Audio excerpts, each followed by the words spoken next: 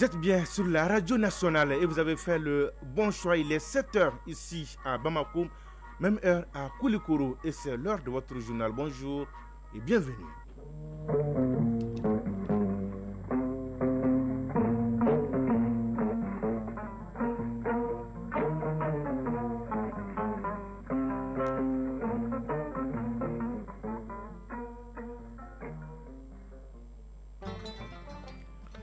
Dans l'actualité, première édition de ce mardi 14 janvier 2025. Tout d'abord, la couleur du temps sur Bamako et environ 21 degrés ce matin. Journée ensoleillée dans l'ensemble avec un peu de vent frais, 11 km à l'heure, humidité 7% et la maximale attendue est de 33 degrés.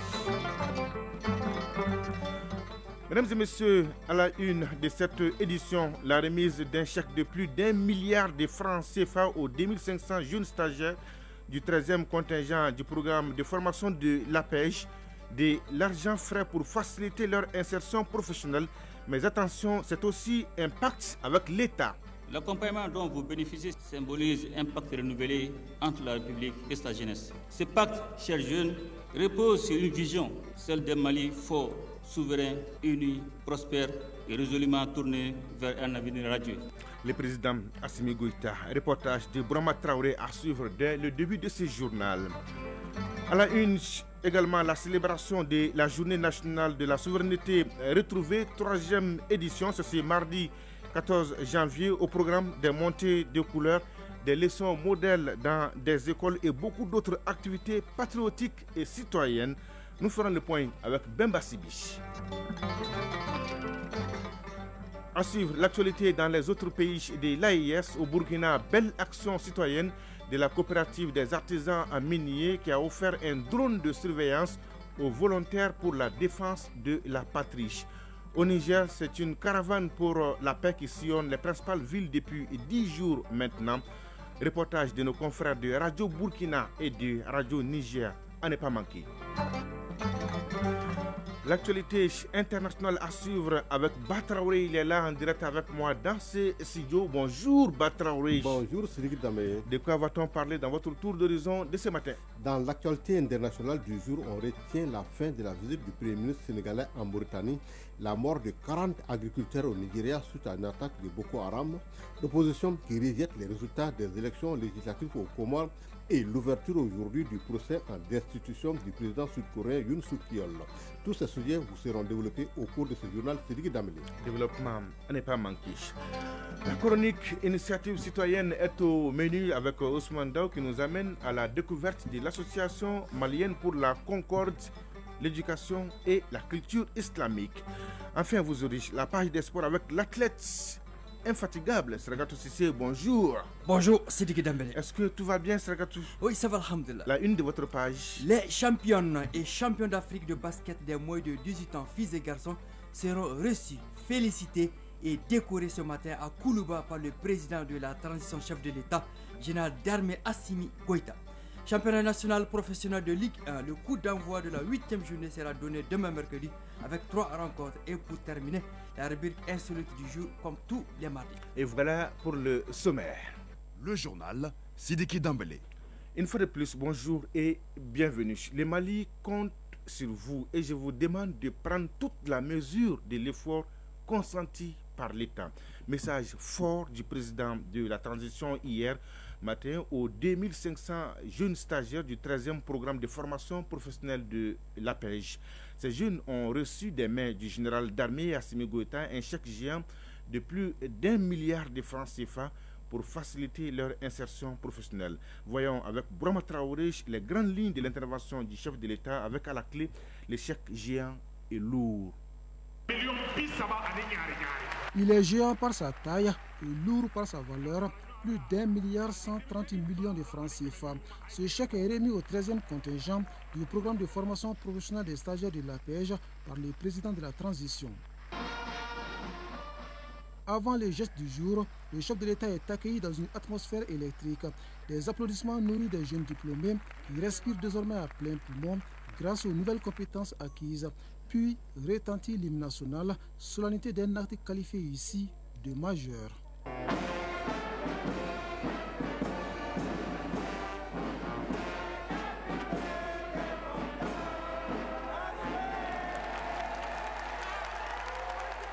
Pour ce 13e contingent du programme de formation professionnelle des stagiaires de l'APEJ, ils sont 2500 bénéficiaires. À ces jeunes, le chef de l'État a exprimé toute sa reconnaissance et son admiration. Votre attitude positive dans la construction nationale est porteuse d'une grande espérance pour notre pays. En votre qualité de porte-étendard de la nation, l'excellence et la probité doivent être vos repères dans le processus de refondation du Mali.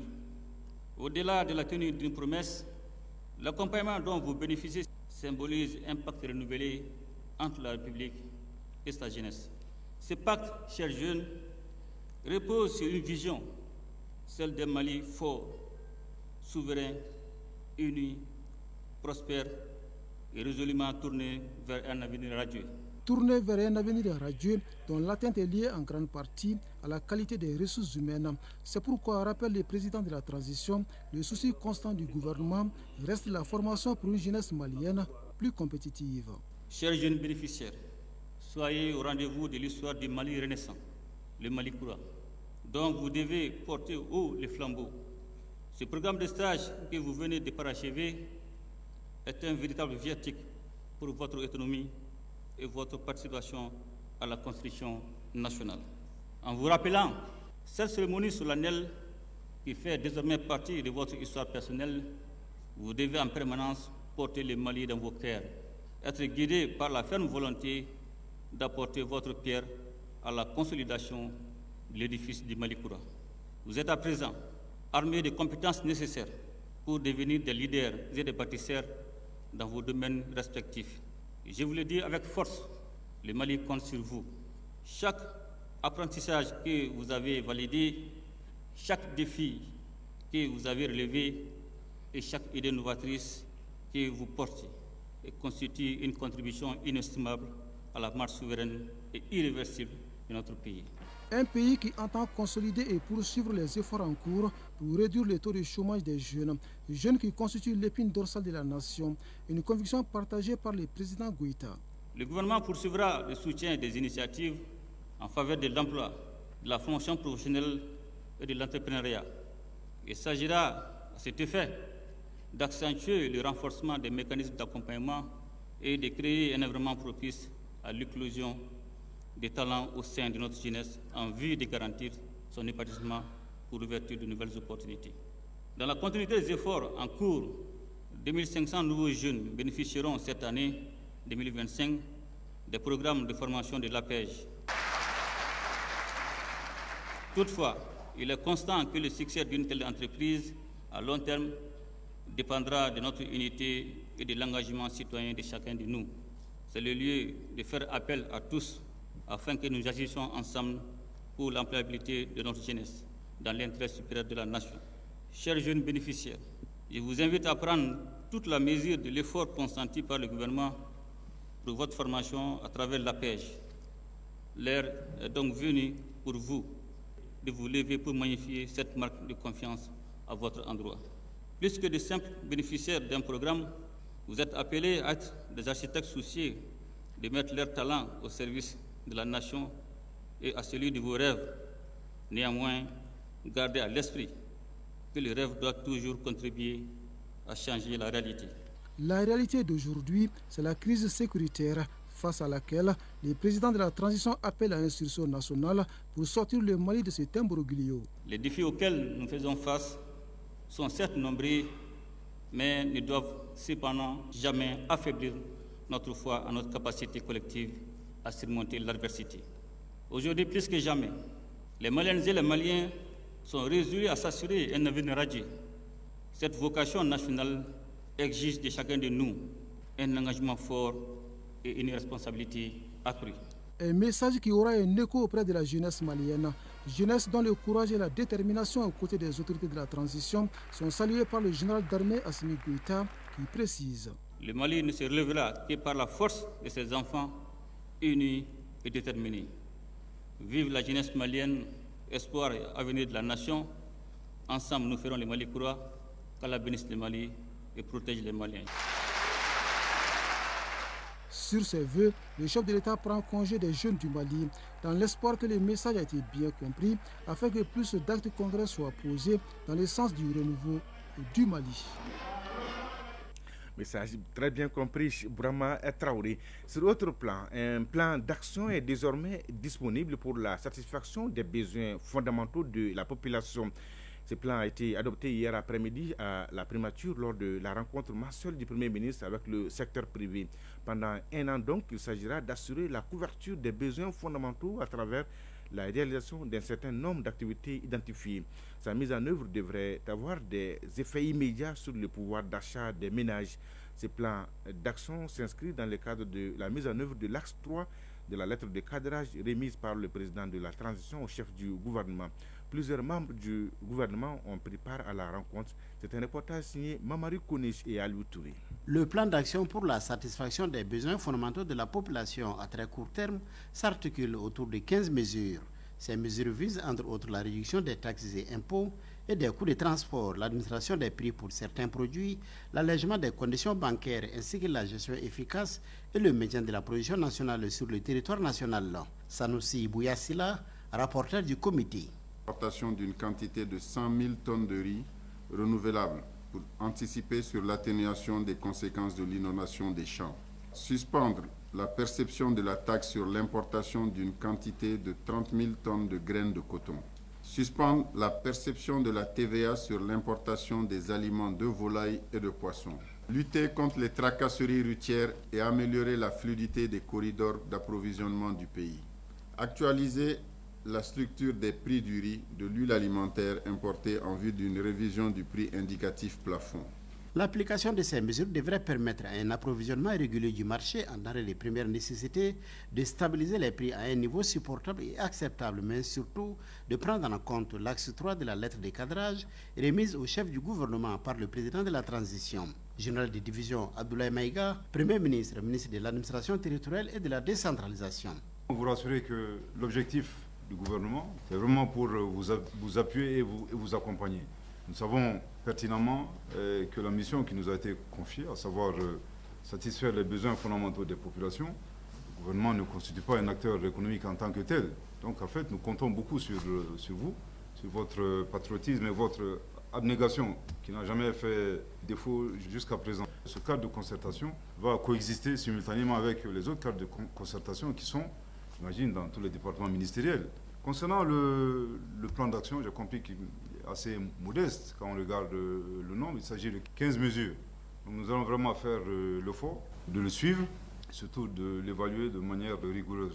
Le plan d'action dont la durée est d'un an sera financé par le budget national. Le suivi et l'évaluation de sa mise en œuvre seront faits régulièrement par le chef du gouvernement. Radio Mali à Bamako et environ, 92 MHz en FM pour la chaîne nationale et 95.2 MHz en FM pour la chaîne 2. Et merci de votre fidélité à notre antenne. Aujourd'hui, nous sommes 14 janvier 2025, une date qui vous dit quelque chose certainement. Et oui, nous célébrons la 3e édition de la Journée nationale de la souveraineté retrouvée en souvenir de la grande mobilisation patriotique du peuple malien. Rappelez-vous, c'était le 14 janvier 2022. Un rassemblement monstre pour défendre la patrie et dénoncer les sanctions illégales, illégitimes et inhumaines de la communauté économique des États de l'Afrique de l'Ouest contre notre pays. Pour célébrer donc cette journée symbolique, plusieurs activités sont au programme. Activités pilotées par le ministre en charge de la refondation de l'État. La synthèse de son message avec Bemba Sibi. 14 janvier 2022, 14 janvier 2025, 3 ans déjà que le peuple malien, face aux menaces graves à l'existence de notre pays, a su faire montre dans un sursaut national de patriotisme et de résilience pour défendre sa souveraineté. La célébration de cette date historique est particulière cette année. Bakary Traoré, ministre de la refondation de l'État chargé des relations avec les institutions. L'édition de cette année intervient dans un contexte marqué par la consolidation du recouvrement de l'intégrité pleine et entière du territoire national, l'adoption par le gouvernement du programme national d'éducation aux valeurs, le renforcement de la solidarité énergétique et économique du Mali à travers les secteurs miniers et bancaires, la création de la Confédération des États du Sahel et le retrait des pays de l'Alliance des États du Sahel de la Communauté économique des États de l'Afrique de l'Ouest. Un retrait pour une souveraineté assumée, ce qui conforte les autorités dans leur volonté de poursuivre les actions nécessaires à une refondation profonde avec en toile de fond le triptyque de l'action publique au Mali, à savoir le respect de la souveraineté du Mali, de ses choix stratégiques et partenariaux et la défense des intérêts vitaux de la population malienne. Dans un esprit de cohésion nationale, les activités commémoratives de la journée se dérouleront sur toute l'étendue du territoire national avec la participation des communautés africaines vivant au Mali ainsi qu'à l'extérieur du pays. Il est prévu une série d'activités, la montée des couleurs nationales avec chant de l'hymne national, l'animation de la leçon modèle en milieu scolaire sur le thème intitulé « La culture, moyen de renforcement de l'unité nationale et de l'esprit patriotique », le don de sang en faveur des blessés de guerre, la tenue de symposiums et conférences-débats en milieu universitaire et avec les représentants des forces vives, la tenue d'une grande conférence de clôture sous la présidence du Premier ministre, chef du gouvernement et en présence des délégations des pays frères de l'Alliance des États du Sahel. À travers ces activités, il s'agit pour le département en charge de la refondation de l'État de consolider l'héritage de vivre ensemble forgé par nos devanciers et réaffirmé par le peuple à travers son combat pour le renouveau et la souveraineté, un combat qui inspire aujourd'hui d'autres peuples africains.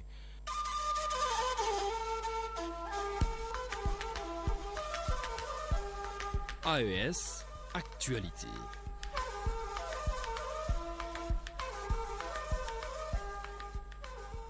Direction d'abord Burkina Faso, la société coopérative simplifiée des artisans miniers du village de Mougouni a offert un drone aux volontaires pour la défense de la patrie VDP de la commune de Ziga dans la province de Samtega.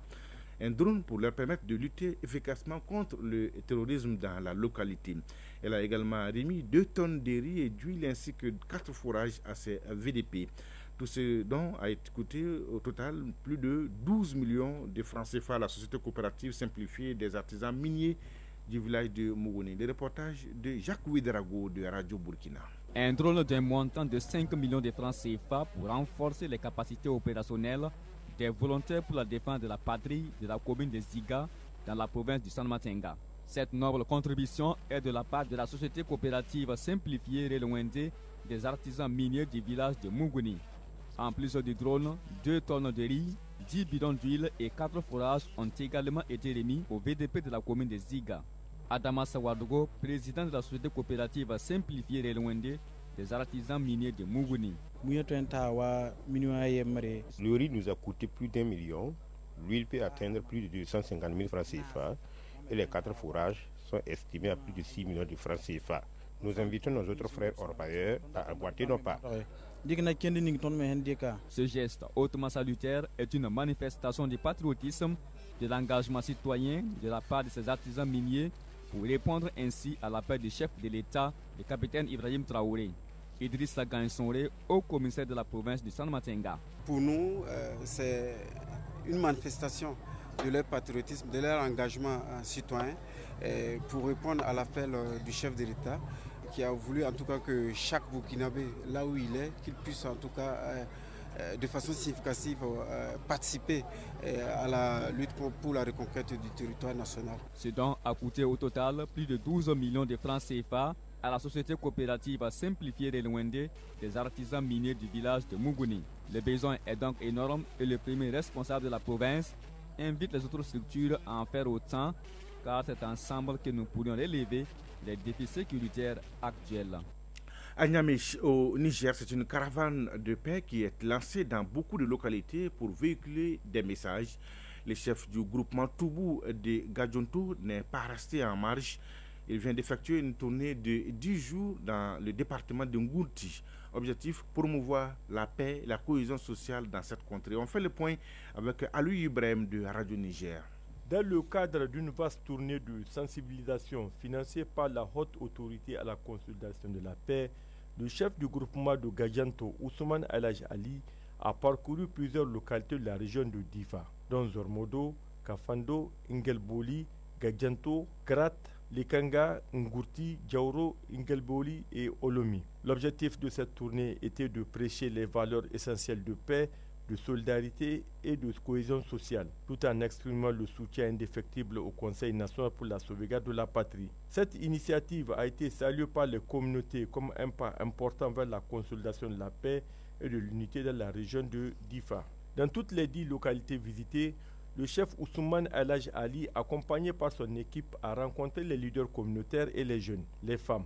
Partout, le message a été le même, celui de la paix, l'unité nationale, la cohésion, indispensable pour surmonter les défis actuels qui s'opposent à notre pays. Tout au long de sa tournée, le chef de groupement de Gadjanto a également mis l'accent sur le soutien au Conseil national pour la sauvegarde de la patrie et au gouvernement, soulignant que l'unité des Nigériens est indispensable à la réussite de toutes les entreprises engagées par le pouvoir. À l'issue de cette tournée, le chef du groupement de Gadjanto a exprimé son optimisme quant à l'avenir du pays. À travers les fortes mobilisations, c'est un signe fort que la communauté adhère aux initiatives du Conseil national pour la sauvegarde de la patrie. Les populations des localités visitées ont tenu à saluer les efforts du CNSP et du gouvernement pour la réconciliation et la stabilité dans le respect des valeurs nationales, de l'esprit de souveraineté et la grandeur du peuple nigérien.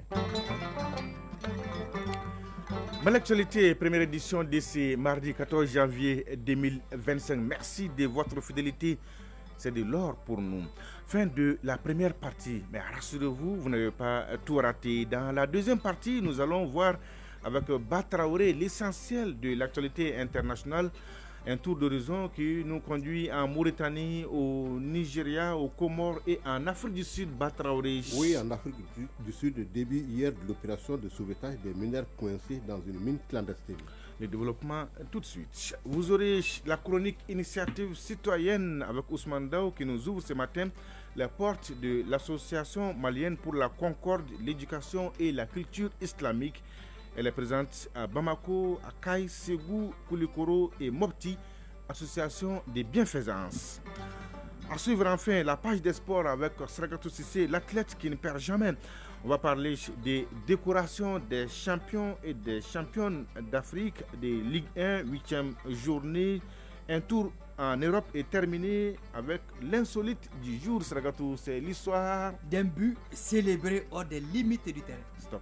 Suspense. Mal actualité, 7h22 à Kirango Markala. Et oui, Batraoré, le premier ministre sénégalais Ousmane Sonko achève sa visite en Mauritanie. Oui, arrivé dimanche à Nouakchott, le premier ministre du Sénégal achève ce mardi une visite de 3 jours dans la capitale mauritanienne.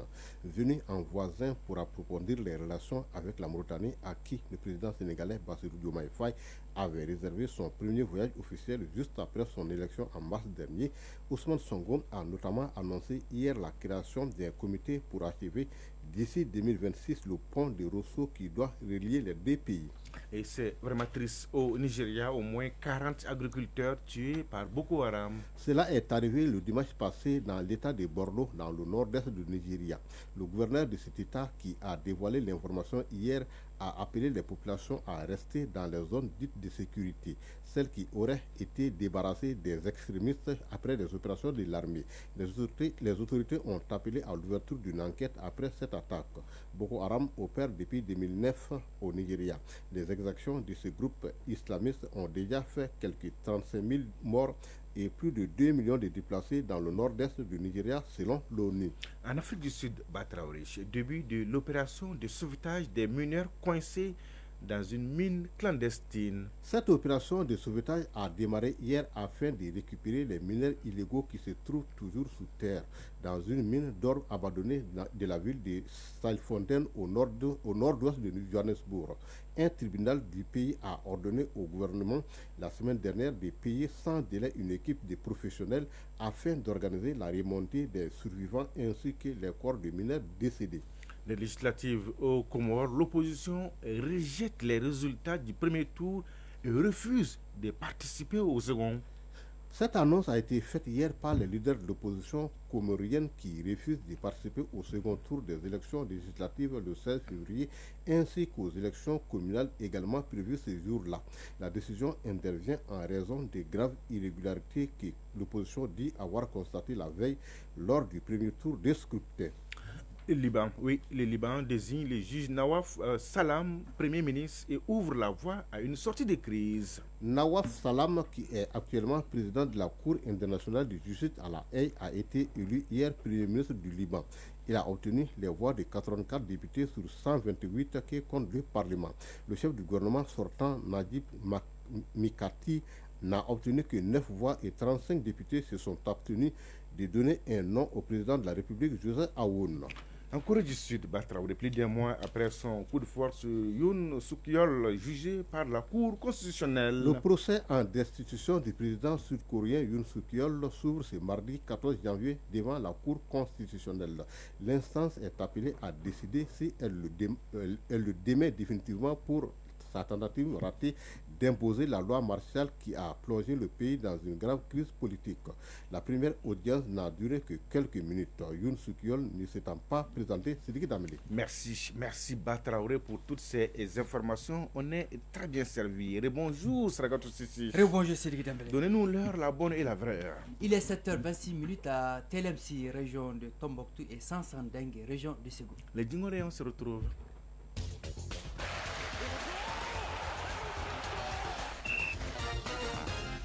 Et oui, tous les regards sont tournés ce matin vers Koulouba, le palais de Koulouba, pour la cérémonie de décoration des équipes victorieuses de l'Afrobasket des moins de 18 ans, filles et garçons, à Pretoria, en Afrique du Sud. C'était en septembre dernier, Saragatou. Oui, le tapis rouge sera déroulé ce mardi à 10h au palais présidentiel de Koulouba aux équipes championnes d'Afrique dans la catégorie des moins de 18 ans, filles et garçons. Le Mali avait surclassé à Pretoria, en Afrique du Sud, en septembre dernier, tous ses adversaires dans les 2 compétitions. C'est pourquoi le président de la transition, chef de l'État, le général d'armée Assimi Goïta, va décorer ce jour 14 janvier 2025, un jour historique, les vainqueurs de l'Afrobasket des moins de 18 ans, filles et garçons, et leur encadrement technique respectif. Le Mali avait battu en finale, faut-il le rappeler, le Nigeria chez les filles et le Cameroun chez les garçons. Cette double victoire du Mali, le même jour, sur les 2 tableaux, était une première en Afrique et en basket. Oui, il mérite bien les tapis rouges déroulés à Koulouba. Championnat national professionnel de Ligue 1 Stragatou. La FEMA Foot programme la 8e journée à partir de demain, mercredi. Oui, 3 rencontres au menu. À Kati, au stade Salif Keita, Didomingo, Binga FC, AS Royal. Au stade Mamadou Konaté, FC Diara, Usfas et ASCO, AS Police. Ça se poursuit jeudi avec 2 matchs. Cette 8e journée verra le report des duels 11 créateurs de Nyarela, Yoliba AC et Union sportive de Bougouba, stade malin de Bamako, à cause des compétitions africaines des clubs. Un tour en Europe, Sragatou, pour parler de championnat et de coupe nationale. En Angleterre, 21e journée de Premier League à suivre. Chelsea, Bournemouth, Brentford, Manchester City, West Ham, Fulham et Nottingham Forest, Liverpool. En Italie, Série A, 19e journée en retard, noté 2 matchs, comme AC Milan et Atalanta Bergame, Juventus Turin. En Allemagne, c'est la 17e journée de Bundesliga, à retenir Leverkusen Mayence et Eintracht Francfort Fribourg. En France, l'heure est à la Coupe nationale, 16e de finale. Parmi les oppositions, Bastia Nice, Reims Monaco et Marseille Lille. Qu'est-ce qu'il nous reste, Ragatou? L'insolite. Ah oui, l'insolite du jour. Il faut attendre d'abord. Alors, à l'intérieur du pays, au cours des matchs de football, une équipe marque un but, Ragatou. Oui, c'est bien normal. Et la célébration se passe de tout commentaire. Oui, la célébration du but marqué se passe de tout commentaire. Vous avez tout suivi. Racontez-nous tout, Sragatou. Alors, ce match opposait 2 équipes rivales. Oui. L'équipe dite B a passé 5 ans, tenez-vous bien, sans battre l'équipe A, encore 5 moins. ans. Oui, encore moins faire trembler les filets adverses. Défaite sur défaite. Oui. Pendant 5 ans. Pendant 5 ans. Le mot d'ordre des joueurs et du staff technique était de vaincre quand même le signe indien. Alors, l'équipe B est parvenue à marquer un but à la 80e minute de jeu. C'est l'extase. Le buteur, 7 joueurs, 7 joueurs et 3 membres du staff célèbrent de façon inédite. Alors, comment? Il propose aux supporters le saute-mouton, comme des gamins. Cette chorégraphie sportive s'est prolongée au fleuve pour une baignade, oubliant le match et les minutes restantes à jouer. Ils ont été rejoints par certains supporters pour fêter. Saute-mouton du stade. Du terrain jusqu'au fleuve qui n'était pas loin. Quand même. Le fleuve n'était pas loin du tout à fait. Vous imaginez déjà la scène. Hein? Belle victoire. Initiative citoyenne. Le développement nous-mêmes. Et oui, c'est bien, il fallait le célébrer. L'association malienne pour la concorde, l'éducation et la culture islamique a vu le jour, c'était en 1992. Et depuis, elle est présente auprès des populations avec une assistance sur le plan éducatif, islamique, économique et humanitaire. Elle œuvre surtout à Bamako, Kai, Ségou, Koulikoro et Mopti. Découvrons ensemble cette association dans la chronique Initiative citoyenne, c'est avec Ousmane Dao. Créée en 1992, l'Association malienne pour la concorde, l'éducation et la culture islamique intervient dans le district de Bamako ainsi que dans les régions de Kai, Koulikoro, Ségou et Mopti. Dans ces différentes localités, elle apporte un appui constant aux populations avec des projets structurants dans les domaines islamiques, éducatifs, économiques et humanitaires. Mohamed Brahima Koulibaly, président de l'Association malienne pour la concorde, l'éducation et la culture islamique. Donner des vivres et non-vivres aux personnes démunies. Nous intervenons également dans le domaine religieux. Cela consiste à appuyer l'organisation des prêches, et la construction des mosquées et la construction des médersas. Nous intervenons dans le cadre de la prise en charge des salaires des enseignants des médersas et également le parrainage de certains enfants de parents démunis, c'est-à-dire la prise en charge des frais de scolarité de ces enfants, identifier les groupements de jeunes et de femmes démunies, les formons, et après ça, nous les orientons vers les CME financiers décentralisés, les caisses d'épargne et de crédit. Nous intervenons également dans le domaine de l'hydraulique. Cela consiste à la réalisation des forages et des actions de profit des populations. L'AMCC, de nos jours, traverse beaucoup de difficultés qui ont pour nom manque de moyens logistiques, difficile accès à certaines zones à cause de la situation sécuritaire. Ajoutez à ceci le peu de partenariats sur le plan financier pour mener à bien ces missions. Nous avons des gros projets que nous comptons mettre en œuvre, mais nous n'avons pas vraiment assez de bailleurs pour nous financer. Ce qui fait que les interventions sont un peu limitées. Je crois que les structures de l'État, nous avons des partenariats tels que nous, par exemple, avec le ministère des Affaires religieuses et du culte, et notamment le ministère de l'Emploi, en plus les collectivités, parce que tout ce que nous faisons, c'est avec les collectivités, et les collectivités sont censées représenter l'État également. On a beaucoup de demandes qui nous parviennent, mais on n'a pas vraiment de réponses parce qu'on n'a pas de financement. Pour surmonter ce cap et continuer à apporter un soutien et une présence de tous les jours auprès des personnes démunies, l'Association malienne pour la concorde, l'éducation et la culture islamique prône une stratégie. Mohamed Brahima Koulibaly, président de l'Association malienne pour la concorde, l'éducation et la culture islamique.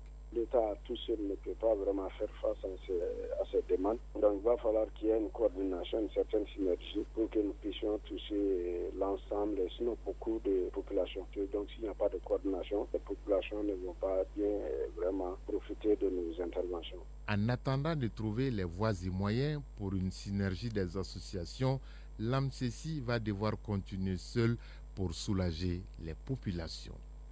Merci, cher Ousmane Dao. 7h33 à Mouribila et à Kimparana. C'est donc tout pour ce journal.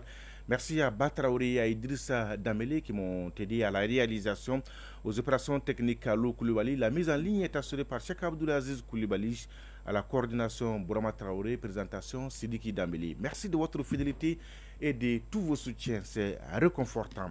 L'info continue sur votre chaîne tout de suite sur la page météo, suivi des avisés communiqués avec Fousseni Diarra. Et à 13h, vous avez rendez-vous avec Achita Salou Maïga pour la deuxième édition du journal. La pensée du jour, ce n'est pas le bonheur qui attire le sourire, mais le sourire qui attire le bonheur. Oui, ce n'est pas le bonheur qui attire le sourire, mais le sourire qui attire le bonheur. Mesdames et messieurs, prenez soin de vous et des autres. Excellente journée de mardi à toutes et à tous. Au revoir.